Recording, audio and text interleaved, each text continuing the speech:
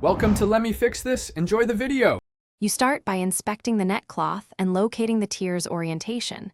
That tells you which direction the Aari stitches must run to restore tension.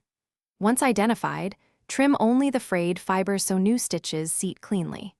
Thread a strong polyester or nylon thread and knot securely. Use a thimble to push the needle through tough woven fibers.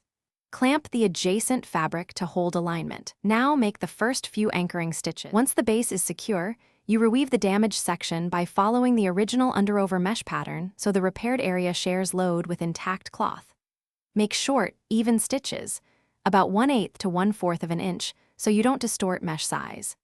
Pull each stitch just enough to match neighboring tension. Too tight will pucker, too loose will sag. As you progress, stop every few inches to make a small locking stitch to hold rows together. Continue until the tier is fully closed. You finish by tying a secure knot and weaving the thread tail back through nearby mesh to hide and lock it. Trim excess close to the fabric. Once done, press the patch area with your palm to even out tension, then test it with a light load to confirm durability. If you see puckering or looseness, don't panic. Reopen a few adjacent stitches, ease the tension, and reweave that section to match the surrounding mesh. This adjustment restores appearance and strength.